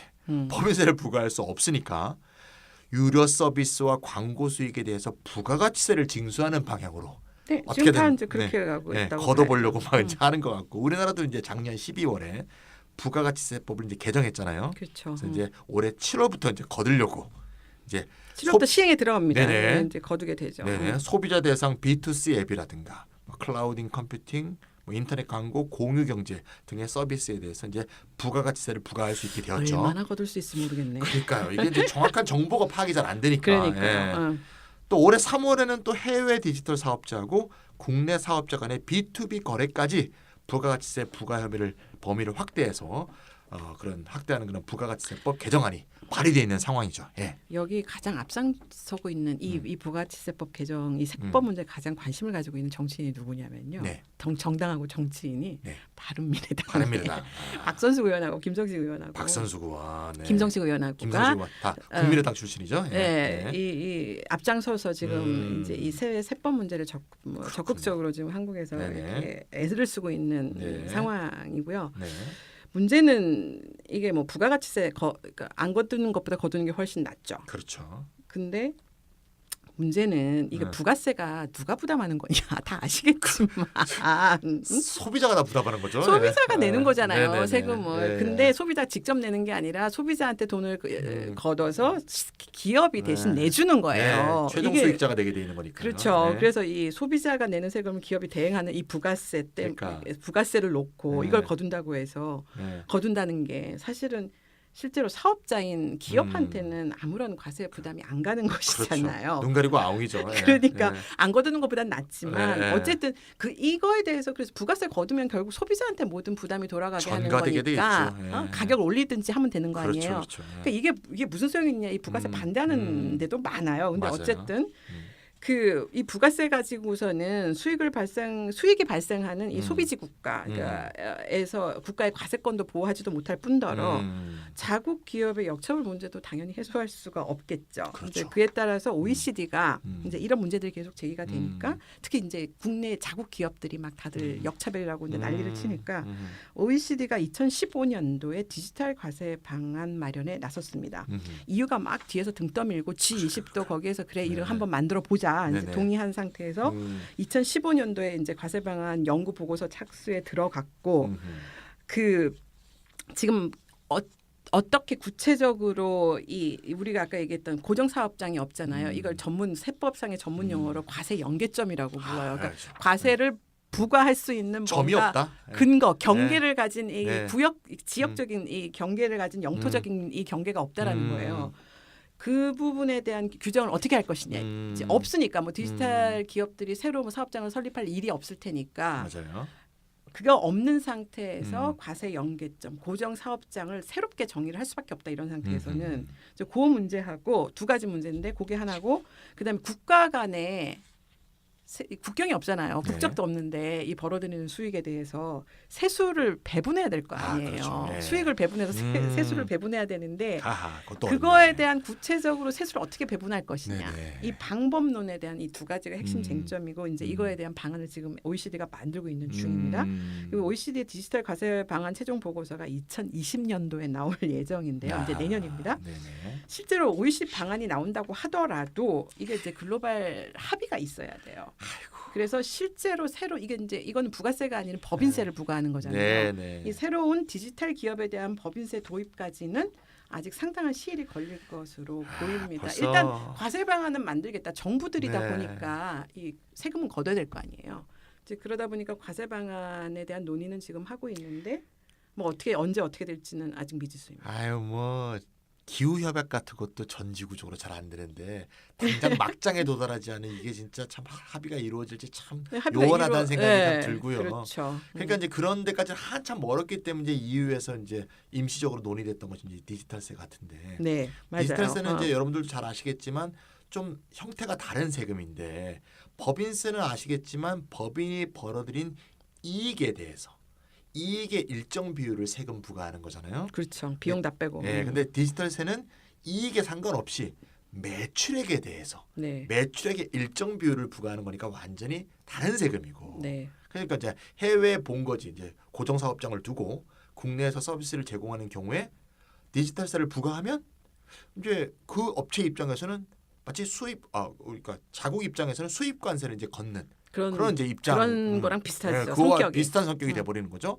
근데 관세는 이제 여러분들 잘 아시지만 관세에 대한 입장은 그렇죠. 수출국은 싫어하고 수입국은 좋아하는 거 아니겠습니까? 음. 이해관계가 첨예하게 나라별로 이제 엇갈리게 돼 있고 그렇다 보니 이 관세하고 비슷한 성격이 될 수밖에 없는 디지털세도 각국의 입장에 따라서 찬반 입장이 첨예하게 갈리게 돼 있는 그런 상황이 돼 있고요. 그래서 이제 경과 과정을 한번 검토해 보면 과거에 이제 EU 차원에서 매출액의 일정 비율 뭐 3% 얘기도 나왔었죠. 그때 그렇게 했었죠. 많이 디지털세를 낮춰가지고. 도입하자고 하니까 아일랜드, 덴마크, 핀란드, 스웨덴 같은 이 수출국들은 이제 반대를 했던 거고. 예. 그러니까 이제 그래서 무산돼 버린 거죠. 네. 그래서 이제 EU는 이제 EU 차원의 디지털세 입법화를 위한 제시도를 포기하고 아까 말씀드렸듯이 OECD로 이제 확 넘긴 거죠. 네. OECD 니네가 대책을 좀 마련해줘 이렇게. 네. 근데 이제 영국이나 프랑스나 이탈리아, 스페인 등은 디지털세를 찬성하는 국가고.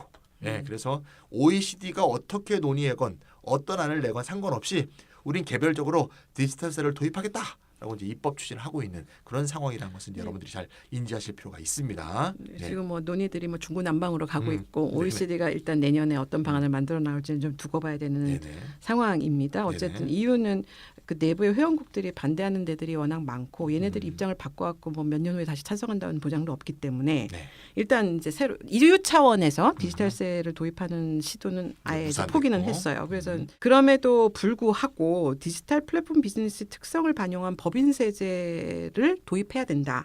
기존의 그 법인세제를 개혁해야 된다. 그 필요성에 대한 공감대는 이미 형성되어 있는 것 같습니다. 어쨌든 간에 뭐 합의를 이루는 건 별개의 문제지만 그러니까 현행의 법인세제를 그대로 둘 경우에 디지털 전환이 가속되면 이게 빨라지면 빨라질수록 국가의 과세권이 점점 약화될 수밖에 그렇게 없잖아요. 되겠죠. 세수를 못 걷어들이는 거예요. 그럼 과세 기반이 축소될 수밖에 없기 때문에 정부의 입장에서는 일단 법인세제 개혁은 반드시 해야 된다. 이제 여기에는 원칙적으로 다 동의를 하고 있는 것 같고요. 구체적인 방식을 둘러싼 논쟁 지금 계속 벌어지고 있지만 어쨌든 디지털세 그 EU에서 임시세로 제한했던 것처럼 이익이 아닌 매출액에 대한 과세가 될 것으로 보입니다. 그거 아니면 방법이 사실 없죠. 그렇죠. 네. 그래서 그 매출이 아무리 많아도 네. 근데 이게 우리 현행 그 법인세 기본 원리랑 정면 전혀 배치돼요. 다르죠. 전혀 다르죠. 왜냐하면 네. 현행 법인세제의 기본 원리가 매출이 아무리 많아도 이익이 나지 않으면 법인세를 내지 안 않습니다. 되죠. 그러니까 이익이 있는 곳에 네. 그 과세한다 이런 건데 이익이 매출이 아무리 높아도 이익이 없으면 당연히 법인세 과세가 안 되는 거죠.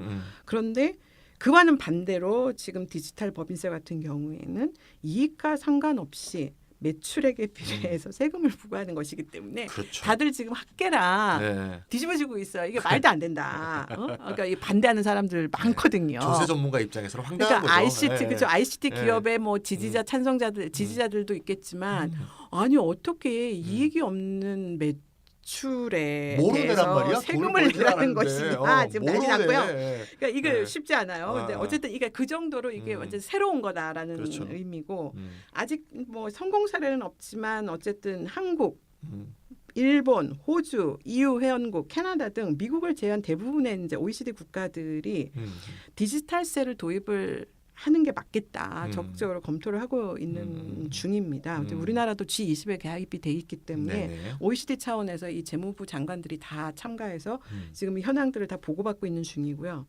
어쨌든 뭐 국제적 차원에서 이게 결정이 되면 무조건 따라가야 되는 이런 상황입니다. 네. 그리고 미국의 미국은 좀 반대하죠. 근데 어쨌든 미국의 ICT 플랫폼 기업의 그 주도권하고 지배적 영향력에 비해서 이들 국가들을 보면 다 취약하잖아요. 그렇죠. 자국 기업들이. 네. 이제 이런 자국 기업들을 보호하기 위한 디지털 보호주의가 어쨌든 현재 매우 강화되고 있다. 네네. 이런 추세들을 반영하면서 이 디지털세 도입들이 지금 논의들이 한참 이루어지고 있는 중입니다. 그러니까 뭐 매출액에 대해서 이제 디지털세를 부과한다고 할 때 이제 전제는 디지털 기업들은 돈을 많이 벌 것이다라는 게 이제 전제로 돼 있는 거죠. 뭐 지금 광고로 돈 많이 벌고 있으니까 뭐 어쨌든 광고로 돈을 많이 벌고 있으니까요. 그래서 이제 그 2017년에 이제 구글하고 이제 네이버가 싸울 때 네이버를 보니까 4조 정도 매출이었는데 네. 세금을 한 4천억 정도 냈더라고요. 네네. 그러니까 매출 대비 한 10% 정도 되는 네네, 거잖아요. 그러니까 네. 디지털세를 3%로 하면 와 우리 세금 적게 낸다 그러면서 네이버가 굉장히 좋아했다라는 그런 소문도 있었습니다. 그랬습니까? 어쨌건 간에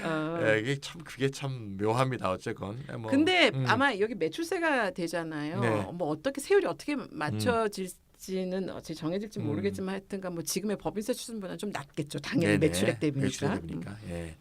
그래서 뭐 이제 우리가 지금까지 이제 우리 디지털세 좀 이제 세수를 중심으로 해서 이제 말씀드렸고요. 아까 이제 처음에 알파조님이 디지털 전환과 관련돼서 EU 정치권에서 논의하는 게 두 가지 아젠다가 있다고 얘기했는데 이제 세금 얘기는 이제 핵스니까 네. 두 번째 얘기가 이제 개인정보 보호제도였습니다. 네네. 요거에 대한 얘기를 좀 해보죠. 예. 이 두 번째 제도 개혁 이슈는 조세제도 이외에 두 번째 이슈가 바로 EU의 개인정보 보호 일반 규정 GDPR이라는 약자로 이니셜 네네. 약자로 불리는데요. 네.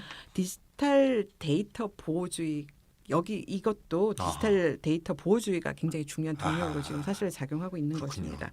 그러니까 이 GDPR은 2018년 작년 5월에 발효가 이미 되고 됐고 네. 영내 회원국 시민권자의 개인 정보의 역외 반출을 원칙적으로 금지를 하고 이 규정을 위반하는 기업들은 뭐 어떤 기업이든 상관없이 국내 기업 상관없이 구분하지 않고 최고 전 세계 연간 매출의 4%의 벌금을 부과합니다. EU의 정보를 미국으로 넘기지 말라 이 얘기군요. 뭐 한국으로 넘기든 한국으로 뭐 넘기든. 어디로 넘기든 뭐 상관없이 어쨌든 EU 간에. 시민권자 그 사람들의 시민권자가 어디에 있든지 네. 상관없이 그 사람의 개인 정보 역외 반출 자체를 원칙적으로 그렇군요. 금지하고 네. 이와 위반하면은 4%의 벌금을 매출액에 대해 4%의 벌금을 붙인다. 맞습니다. 다만 예외는 당연히 있습니다. 음. EU가 요구하는 규제 수준의 개인정보 보호 제도와 보안 기술을 갖춘 경우에 한해서는 예외를 인정하고 있는 것입니다. 그리고 그러면은 EU가 심사를 해요. 네.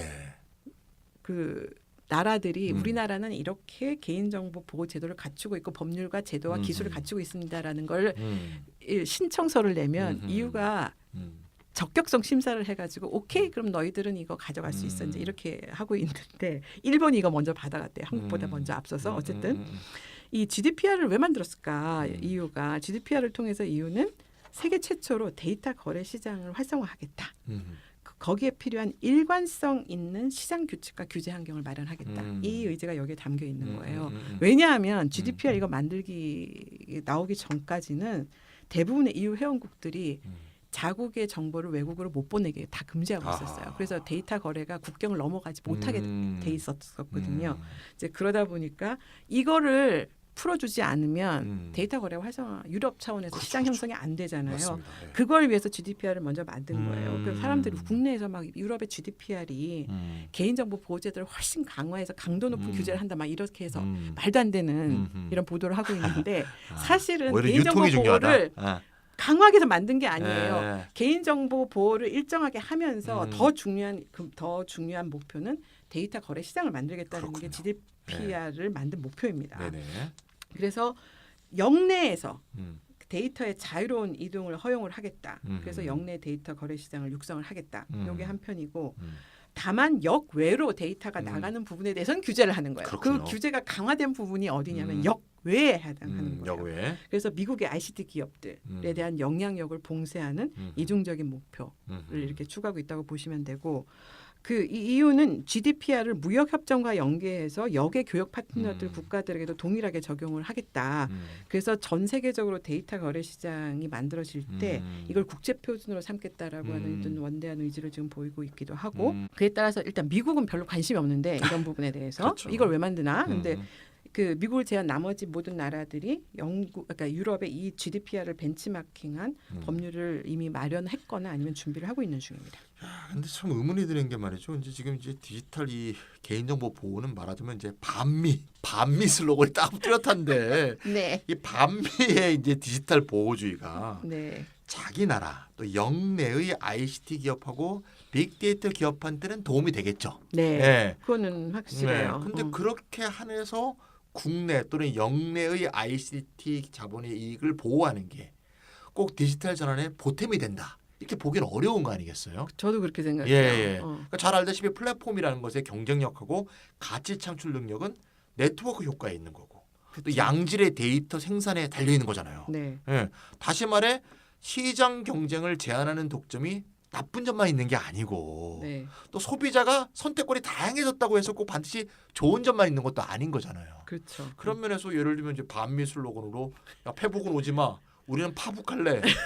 그러니까 다 페북 쓰고 있는데. 한국은 페북도 오지만 아무것도 오지 카톡이 다 할 거야. 카카오가 다 할 거야. 뭐 이렇게 되는 거죠. 그러니까 뭐 예를 들면 카톡으로 한다 그럴 때 뭐 카톡 쓰고 있는데 나는 쿠톡 할 거야. 그러면 그 다양한 선택권이 보장됐다고 해서 소비자한테 좋은 게 아니고 절대 아니죠. 예, 네. 오히려 네트워크 효과를 못 누리게 되는 거니까. 네, 네. 이런 이제 문제점이 있기 때문에 이것은 이제 아까의 규정에서 볼 때 미국 서비스를 이제 처단하고 네. 자국 서비스를 이렇게 육성한다고 해서 꼭 디지털 전환에 보탬이 되는지 좀 잘 모르겠고요. 네. 이런 관점에서 볼 때 이제 디지털 보호주의라는 인공적 장벽을 만들어져서 국민 국가별로 서비스라든가 어떤 데이터 같은 걸 파편화하고 협소화시킨 디지털 시장이 과연 생존 가능할 것인지 장기적으로 성장할지. 좀 의문스럽고요. 저도요. 예, 또 경쟁력을 확보하기도 어려울 것 같고 결정적으로 소비자 효용이 낮춰지니까. 외국하고는 소통 못 하잖아요. 그러니까 이게 무슨 폐쇄주의적인 인터넷 이게 불가능할 것 같은데 이게 제대로 된 처방인지 좀 의문스럽습니다. 이 디지털 보호주의가 굉장히 세계 곳곳에서 정말 이렇게 득세를 하고 있는 중인데요. 이제 가장 심한 데가 사실은 중국이에요. 아 그렇죠. 중국은 우리 여기서 아예 이제 논외로 했는데 그 어쨌든 중국의 보호주의는 뭐 하늘을 찌릅니다. 무섭죠. 네. 근데 그렇게 되면 중국은 근데 10몇 억의 인구를 갖고 있기 때문에 내수 시장 자체만으로도 기업이 규모의 경제가 충분히 가능한데 나머지 나라들은 그게 안 되는 거예요. 되죠. 그래서 유럽도 다 합쳐야 한 3억 5천 6천 정도 돼서 미국 시장하고 거의 비슷하거든요. 그러니까 3억 5천. 그다음 미국도 한 그 정도 이렇게 가게 되는데 중국 하나가 이렇게 딱 10몇 억에 이제 있고 인도도 뭐 한 10몇 억 되니까 근데 가는데 잘못하다 보면 이 디지털 그 보호주의가 이렇게 신생 산업이다 보니까 우리가 유치 산업 어린 유치 산업이라고 하는 것처럼 이렇게 보호주의를 하게 되면 이게 이렇게 더 갈라파고스처럼 여기 이런 식으로 전 세계 시장이 이렇게 일부 지역들로 이렇게 파편화되지 않을까? 그렇죠. 근데 이런 생각이 드는 거예요. 이제 그렇게 되면은 사실은 디지털 전환이 추구하는 전 세계의 모든 소비자들을 인종 뭐 남녀노소 뭐 이런 거랑 상관없이 국경 상관없이 하나로 엮는 게 자기 목표인데 그 목표는 달성 못할 거예요 아마. 그런데 어쨌든 디지털 보호주의 문제는 그것보다 이제 더 큰 문제가 있는데 디지털 경제에 내재한 승자 독식의 반경쟁적 독점. 아까 자연 독점 말씀하셨잖아요. 디지털 이게 노동 시장의 양극화와 디지털 경제의 선두 기업과 나머지 기업 간의 생산성 격차를 더욱 확대시킨다는 거예요. 그래서 이 디지털 경제가 이 자연 독점하러 나가면서 이 소득 불평등이 더욱 심화되고 있는 맞습니다. 현실입니다. 예. 그렇게 되면 과연 디지털 보호주의가 음. 과연 이 디지털 전환의 소득 불평등에 대한 해결책이 될 수 있을까? 음흠. 저는 전혀 그렇지 않다고 생각하거든요. 그러니까 반미만 되는 거지. 기업은 반미해서 예. 반미해서 우리나라 기업을 자국의 기업을 키울 수는 있지만 그렇죠. 그것 때문에 발생하는 디지털 전환 때문에 발생하는 이 그러니까 내셔널 대표 주자를 내셔널 챔피언들은 다 키울 수 있다. 네. 근데 내셔널 챔피언을 키운다고 해서 소득 불평등은 근본 문제가 해결이 안 되네요. 안 되는 예, 거죠. 예. 그래서 2000년대 선진국 경제가 직면한 우리가 이 학자들이 얘기하는데 생산성의 역설이라는 게 있어요. 왜냐하면 그렇죠. ICT 혁신은 한 1990년대 중반에 인터넷 등장하면서부터 ICT 혁신이 계속 그렇죠. 그 커지고 있는데 그럼에도 불구하고 생산성의 증가 속도가 저하되는 이런 현상이 전 세계적으로 벌어지고 있거든요. 그러네요. 선진국에서도. 맞습니다. 이 원인이 디지털 혁신에 따른 생산성의 격차와 소득 불평등에 있다. 음흠. 그러니까 왜 디지털 혁신은 가속화되고 있는데 생산성이 계속 떨어지느냐. 이게 너무 이상하지 않느냐. 몇 개만 고공행진하고 있다. 그렇죠. 이거죠. 그게 그 원인이 바로 뭐냐면 디지털 혁신에 따른 생산성의 격차, 소득 불평등이다. 이게 뭐냐면 OECD의 공식 입장이에요. 아, 예. OECD가 떡하니 그런 보고서를 딱 내놓고 좋네요. 거기까지. OECD가 얼마 전에 한국에도 왔었는데 그 사람 나와가지고 이게 원인입니다 막 얘기했는데 우리나라 학자들이 그 컨퍼런스에서 뭐라 그러는지 아세요? 이 얘기 다 접어두고 정부가 규제해서 이 문제가 발생했습니다. 우리나라 학자들은 이 국제 컨퍼런스에 왔었는데 OECD의 이런 공식 입장을 막 얘기를 하니까 우리나라 거기 참여한 그 발제자들이 다들 뭐냐면 정부 규제해서 우리나라 혁신을 못해서 우리나라 엉망입니다. 막 이런 얘기를 하고 있었는데 어쨌건 네. OECD 입장은 굉장히 공식적인 대답 무서운 거예요. 네, 디지털 전환이 말대로요. 소득 네. 불평등의 원인이다. 그러면 해법도 내놔야 될 거 아니에요. 문제를 진단해. 그러니까, 제대로 진단한 거잖아요. 그렇죠. 제대로 진단을 했는데 네네. 그럼 해법을 내놨어요. 근데 그 내놨어요? 해법이 너무 초라하고 빈약하게 짝이 없어요. 아하. 그래서 해법 딱 한마디로 뭐냐면은 네. 장기적으로 생산성 향상을 해야 한다. 어. 생산성이 떨어지고 있다고 얘기했잖아요. 떨어지고 있으니까 높여야. 그러니까 생산성을 높여야 되는데 그 네. 방법으로 이제 세 가지 방안을 제시를 했습니다. 네네. 그게 첫 번째가 뭐냐면 글로벌 차원에서 가장 혁신적인 기업을 지원해라. 엥? 그리고 글로벌 선도 기업이 보유한 신기술과 혁신을 개별 국가들, 나머지 그렇지 못한 국가들이 있어요. 후발주자들이 있을 거 아니에요. 이 국가들의 내셔널 챔피언들, 대표 기업들에게 이전하는 것을 촉진해라. 같이 먹어라. 같이 먹어라. 같이 먹어라. 그러니까 너무 하나만 앞서 니네 나라만 먹지 미국 말고. 애들만 앞서 나가지 말고 나머지 유럽하고 한국하고 뭐 일본하고 이런 데들 다 나눠줘라. 나눠줘라. 이제 이런 얘기고 두 번째 방안은 뭐냐면은 네. 생산성이 가장 높은 기업이 성장할 수 있는 시장 경제 여건을 조성을 해라. 아하. 그래서 전 사회적으로 기술과 혁신의 보급을 좀 보다 확대를 해라. 경쟁을 잘할 수 있도록 그러니까 자연 독점이 있는데 자연 독점이 없으면 망하잖아요. 그렇지만 그래도 뭔가 새로운 서비스하고 제품이 계속 나올 수 있는 이런 경쟁적 환경은 일단 만들어내라. 이제 이 얘기고 세 번째는 그거 없으면은 정말 자연 독점으로 나머지 기업 다 죽을 것이다. 그다음에 세 번째는 뭐냐면은 기술과 직업의 매칭을 개선해서 인력풀의 활용을 좀 극대화해라. 이제 이게 세 가지 방안이에요. 잘 나가는 놈을 좀 더 잘 나가게 하라는 얘기는 이거 저기 경영학에 나오는 얘기인데 네. 예. 주류 경제학의 모범 답안처럼 네. 냈네요. 예. 네. 그러니까 한마디로 요약해 보면 가장 혁신적이고 가장 생산성이 높은 기업이 더 성장할 수 있는 시장 여건을 만들고 요거를 혼자만 먹지 말고 다른 네. 나라 글로벌 다른 나라 또 선두 기업하고 또 함께 나눠 먹어서 그쵸. 기술 이전도 하고 그래서 전반적인 기술적 사회 수준을 높이자. 전체의 기술 수준을 계속 높여 나가자. 높이자. 그러면은 그러니까 격차가 줄어들면서 네. 그러니까 이게 중요한 게 이 생산성의 격차였었잖아요. 이 격차를 줄여서 전반적으로 수준을 높이고 밑에 있는 애들을 끌어올려서 전반적인 네. 수준을 올리면 생산성도 같이 올라가지 않겠느냐 뭐 이런 얘기입니다. 한국의 이 재벌이 파견한 연구가가 OECD에 있는 것 같아요. 이게 한국 재벌이 굉장히 좋아할 것 같은데 미국의 선진 기술이 이렇게 딱 가서 한국의 재벌 딱 이렇게 이식되는. OECD 본부가 파리에 있잖아요. 아 그렇군요. 이 경제 정책의 생산성을 높이면 분배 불평등 문제가 자동 해결된다는 이 시장주의적 믿음. 이게 그거는 이제, 여전한 것 같아요. 여기. 여전히 깔려 그쵸? 있네요. 예. 네. 환골탈태를 못했네요, 이 친구들이. 예. 우리가 이제 명심해야 될 것은 이제 성장과 분배의 선순환이라는 것은 우리가 많이 얘기하잖아요. 이게 성장이 이루어지고 또 분배가 이루어지고 서로 잘 돼가는다. 성장이 돼야 분배가 잘 된다. 이런 자본주의를 만들자 이렇게 많이 얘기하는데 이제 자본주의 전 역사에서 볼 때는 아주 짧은 시기에 그렇죠. 일어났던 일에 불과하다는 거. 근본적으로 자본주의는 이걸 이루은 적이 별로 없다는 거. 네. 좀 우리가 명심해야지 되지 않을까 하는 생각이 들어요. 그렇죠. 이게 네네. 성장하고 분배도 잘 됐던 딱 그 시기가 네. 전체 자본주의 역사에서 몇십 년도 안 되죠. 몇십 년 자본주의 네. 황금기라고 불리는 1950년대, 60년대 한 네. 20년도 채 안 되는 이 그렇죠. 짧은 기간에 불과했고 맞습니다. 이게 정상이 아니라 예외예요. 예외죠. 이제 네. 이런 상황에서 성장을 잘하고 생산성을 높이면 음. 이 지금 분배 불평등의 문제가 해소된다? 이건 말이 안 된다고 말이 안 되는 생각이 거죠. 됩니다. 예, 예. 그래서 결론적으로 오늘 방송을 좀 마무리하면서 결론적으로 이런저런 생각을 해보면 디지털 전환의 미래에 대한 극단적으로 상반된 두 가지 해석이 있는 것 같아요. 입장이 있는 것 같아요. 한편에서는 이 유토피아가 올 것처럼 얘기하고 그렇죠. 한편에서는 디스토피아적인 이런 미래의 상을 이렇게 그리는 두 가지 네, 입장이 이렇게 공존하고 있는데 전 디스토피아.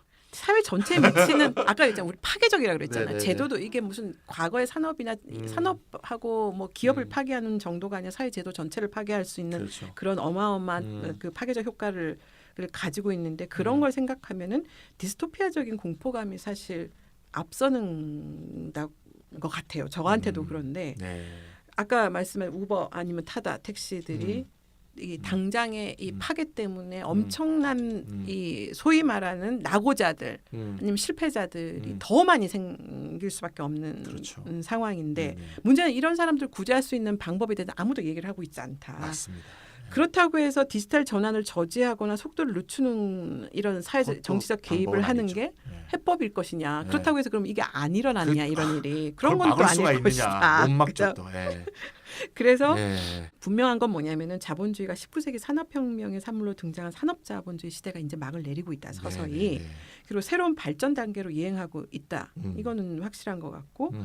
그게 바로 이제 디지털 자본주의 시대다. 음흠. 여기에 적합한 사회 시스템의 재설계가 실질적으로 요구되고 있는데 네네. 이에 대한 사회적 공론화가 제대로 안 이루어지고 있기 때문에 네네. 앞으로는 이게 어떻게 하면은 디지털 기술을 더 많이 해서 미래를 막 장밋빛으로 그리는 게 아니라 이 디지털 자본주의 시대에 적합한 사회적 시스템의 재설계라는 공론화가 지금 절실하게 지금 절실하죠. 필요한 상황이다 네네. 이런 네. 생각이 들고요. 네. 이런 문제의식에서 저희 정치경제연구소 대안이 네. 이번 5월 30일과 31일 양일에 걸쳐서 새로운 국제 심포지엄을 엽니다. 아, 네. 제목은 디지털 전환과 포스트 자본주의 음흠. 공포와 낙관을 넘어라고 하는 부제를 달았죠. 공포와 낙관을 넘어 그쵸? 디스토피아와 유토피아를 넘어. 네, 되게 멋있죠. 제목 진짜 잘 지었어요. 네. 제가 생각할 좀 너무 아. 젖벅인가 모르겠는데. 예. Beyond Phobia and Optimism. 네, 그래서 네. 공포와 낙관을 넘어 디지털 전환과 포스트 자본주의라고 하는 제목의 심포지엄을 엽니다. 네네.